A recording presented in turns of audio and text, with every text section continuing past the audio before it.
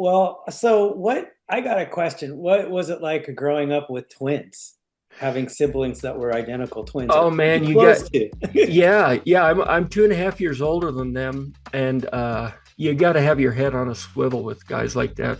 They're always getting into trouble and mischief and trying to make your life difficult and just messing around and playing with dangerous stuff. So yeah, it was a great joy. We're best friends. I love my brothers, and they those two, when they're separated, they're just like anybody else. But when they're together, it's like the energy is magnified by about 10, and they take each other on, and they can communicate without talking. And it's a handful, but a great joy to be around them.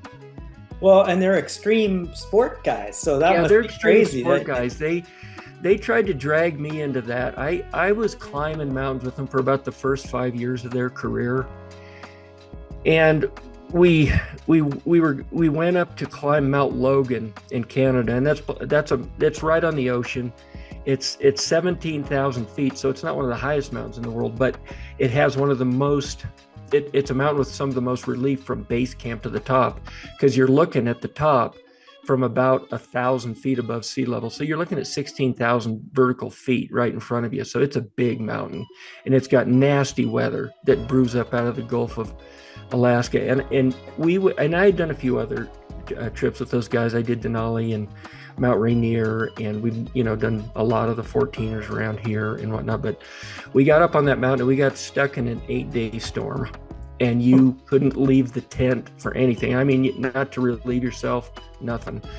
It was just that wild, 100-mile-an-hour winds. The snow was just burying the tent in a drift as the days went on. We were sleeping on top of our gear because there was no room. It was as bad as I could have ever imagined, and that was my last trip. The weather cleared. We scooted to the top, and I proposed to my wife from the top, and I told those guys, I said, I'm done.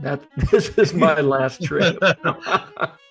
Gonzo. Did you ever talk to Cameron Burns about his experience on Fitzroy and Patagonia? No, I haven't. And Mike and Cam are good friends, but I don't know Cam, so I don't know him well enough to have heard his stories. He has a similar story, but the only difference is that instead of a week, it was like I want to say a month, or they had to wait for a clearing for weeks. Yeah, it's just that's too extreme for me, man. It's terrible. I thought I was going to go crazy. It felt like a year. I was thinking I'd rather be in prison than this. You can't stretch out. You can't stand up. You gotta go to the bathroom. You got to do it in front of your two tent mates in a bag. It's awful. It's awful. No secrets. I no take secrets. it around. Absolutely no secrets. Yeah. No, it's terrible. It's all about survival at that point. Yeah. And the crazy thing about it is, I think that's the point when my brothers fell in love with the sport. It takes a different breed, doesn't it? Yes, absolutely. Yeah, I seem to remember. Peter McBride got into doing. Oh yeah. It was Travis Moore and I remember Todd Stone and Craig Melville were into. Oh yeah. Really. So many people try it around here, and it sticks with some, and then the smart people go do something else. They did an outwards bound trip like that too. I think my brother went mountaineering one year for the same kind of thing. I think that's maybe where a lot of those guys caught the bug. Yeah. Well, the outdoor ed program, like Andy just mentioned, that got a lot of us hooked. At least it made us want to try it. It was just 8th grade outdoor ed in particular. It gives you a little exposure to rock climbing and rappelling and the solo. You're kind of out by yourself, and so you get that sense of self-sufficiency, and it builds a lot of confidence. And you're staring at the mountains for a week up there and having a lot of fun. So I think that's a great program. It just makes people aware of what's out there.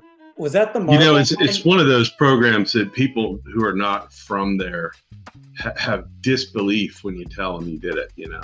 Yeah, it's just like rappelling over Lizard Lake up by Marble, and doing the solo where one kid saw a bear, another kid had to, be hospital, be dragged out of there to the doctor and all this stuff. It's like Ty Bear heard someone commit suicide.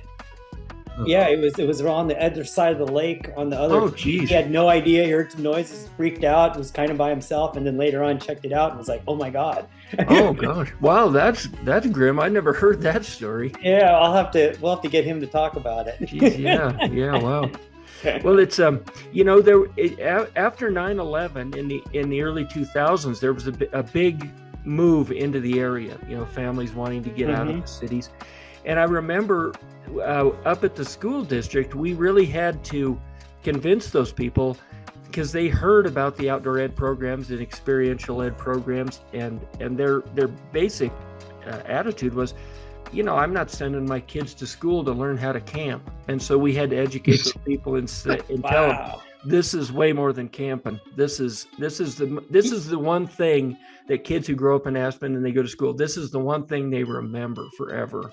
Well, it's funny because you're talking about the difference between, in the 70s, 76 and 77 was that big influx where people like me and a bunch of other folks came in that sort of mid to later 70s. And it was real quick, real fast, and it grew and then it stopped for a little while. Yeah, but this was like another spurt. And it's funny because that generation dove right in. We camped right. Yes. Like Folgers, Billy can filled it up. It was like, yeah, well, that's right for it. And then later on in 2000, it sounds like they're kind of a little hesitant about joining right in.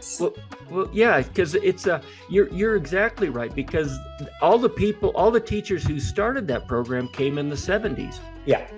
Like Flynn and Frank Bear and Bernie Posbeck and Willard Clapper. Who am I forgetting? Griff Smith. Yeah. I'm going to leave someone off the list, and they're going to listen to this. They're going to be really mad at me. But but you get the idea. It's that group.